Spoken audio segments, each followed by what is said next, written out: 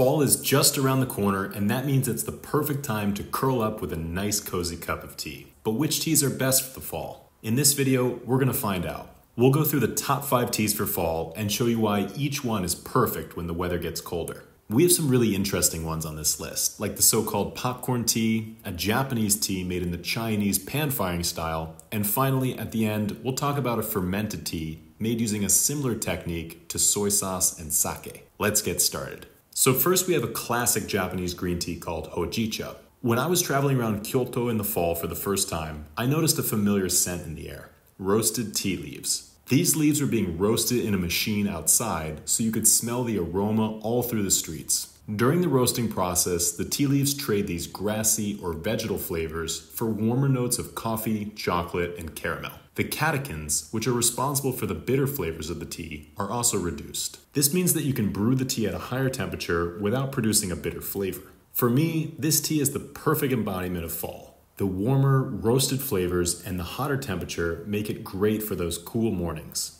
The tea is also lower in caffeine, so you can drink it in the evenings as well. One of our favorite Hojicha teas is the Hojicha Noike, which we found after we met with the farmer Mr. Noike outside of Kyoto. Mr. Noike grows his teas in the middle of a pine forest. This provides a natural shading to the tea fields and actually causes them to produce a slightly sweeter flavor. The Noike Hojicha still has plenty of that roasted flavor, but it's sweeter and smoother. You can find this tea on our website, nioteas.com. Next on our list, we have a tea called Bancha. The first tea harvest usually happens in early spring, but the tea plant can be harvested later throughout the year, even into the fall. These later harvests are called Bancha, and they are another type of popular tea in Japan. Bancha can also be made from the older leaves of the tea plant, which are lower in caffeine and higher in minerals. The flavor is also milder, with notes of straw, wood, and a hint of the citrusy astringency. This flavor fits a little bit better into the fall motif, while these fresh, vibrant flavors of sencha may be better suited for the spring and summer. Because Bancha is made from later harvests and more mature tea leaves, it's much more affordable than a typical green tea, so you can get it for a great price. If you're looking for a good one, we recommend the Bancha from Mr. Masuda in Shizuoka. But what about that popcorn tea we were talking about earlier?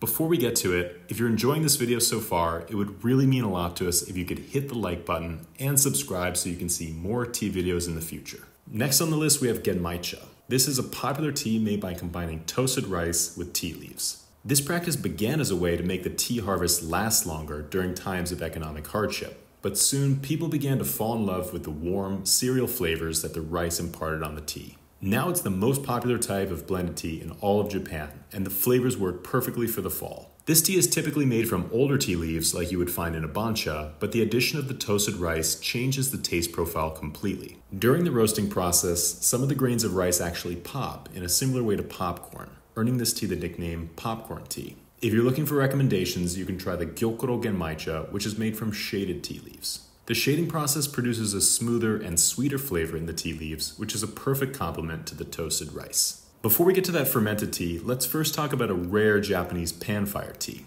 So what makes most Japanese tea different from Chinese teas is the fact that they are steamed after harvest. This heat stops the oxidation process, so instead of turning into a black tea, the tea leaves maintain their green color and their fresh vegetal flavors. The steaming process seems to intensify the flavor, and it's why Japanese teas take on these powerful, steamed vegetable notes like edamame and even seaweed. Kamairicha is made using the Chinese pan-firing method. The tea leaves are roasted in a large hot pan and turned ever so slightly until they pick up a light roast. This makes them somewhere in between a sencha or unroasted tea and a hojicha or fully roasted tea. It still maintains its vegetable notes, but it picks up some warmer notes of toasted cashews or almonds. The flavors produced by the pan-firing method are perfect for those chilly fall days, earning this tea a spot on our list of the best teas for fall. This pan-firing method is rare in Japan as a whole, but we've met with a few talented farmers in southern Japan that still produce this tea using traditional methods. If you want to try this rare Japanese green tea, you can also find it on our website.